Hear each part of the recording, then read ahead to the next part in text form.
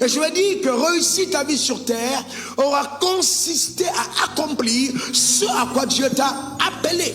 Et non avoir accédé au trône de certains empires terrestres. Non, mais c'est faire ce à quoi Dieu t'a appelé. Donc, je peux terminer ma course comme ministre d'État, comme chef d'État, comme général d'armée. Et quand j'arrive au ciel, si j'y arrive, je considère que je n'ai pas obéi à son appel parce que ce qu'il m'avait demandé de faire est différent de la course que j'ai empruntée, le couloir dans lequel je me suis lancé.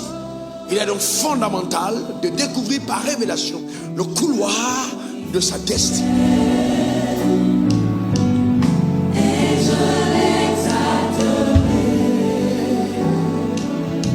Cette découverte, comme je l'ai dit souvent, parce que beaucoup de personnes se posent cette question, passe d'abord par le fait que, tu découvres qui est le Dieu qui t'appelle. Parce que c'est très important. Et que tu commences à le suivre, ce Dieu qui t'appelle. Généralement, qu'est-ce que Dieu fait? Il t'appelle à lui, tu es né de nouveau. La chose qu'il te dirait immédiatement, c'est pas ce à quoi tu es appelé. Non, il va maintenant te mettre à part. Il va maintenant te mettre à part. Et que tu marches à part, séparé du monde. Et que tu commences à implémenter la parole de Dieu dans ta vie quotidienne. Et c'est après cette marche avec Dieu dans sa parole qu'il te dira avec clarté et spécificité ce qu'il attend de toi.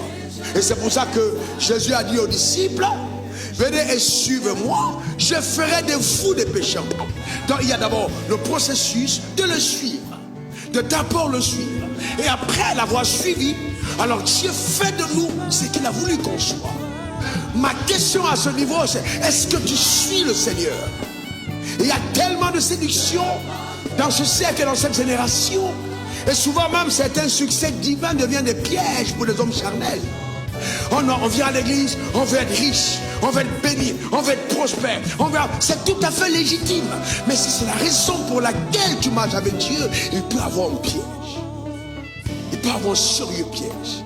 Et je vois ce piège toucher les jeunes gens de cette génération qui ne veulent pas passer par le processus de l'appel.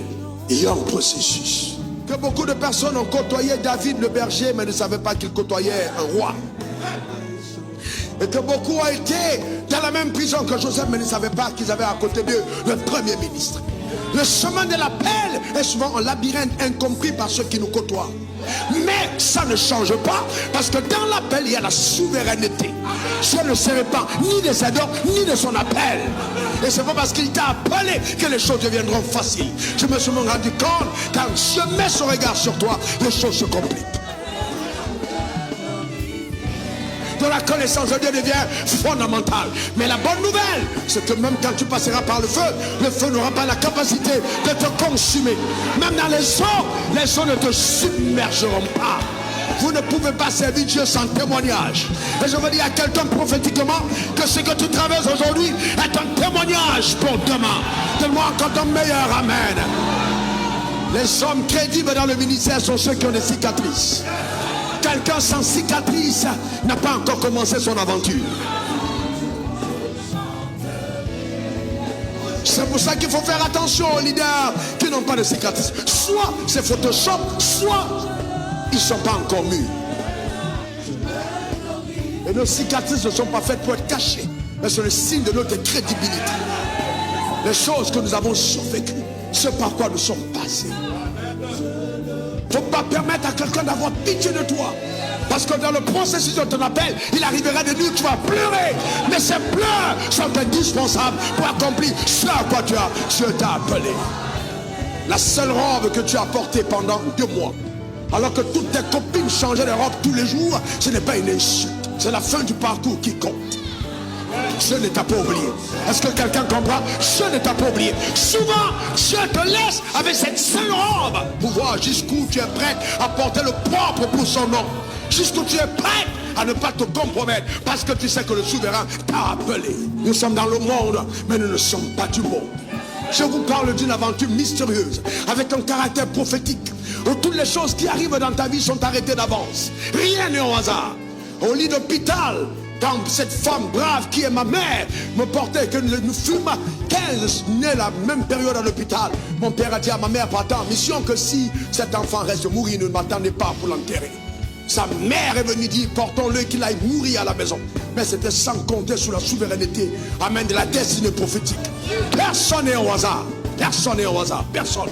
Cette brave femme a dit, mon enfant vivra. Elle ne parlait pas en langue, elle n'était pas née de nouveau. Elle ne savait même pas ce que c'est que la véritable prière. Mais elle a regardé son enfant, elle a dit, je crois qu'il vivra. D'où lui venait cette force surnaturelle? D'où lui venait cette conviction profonde? C'est Dieu à l'appel qui m'était adressé. Est-ce que quelqu'un comprend de quoi je parle?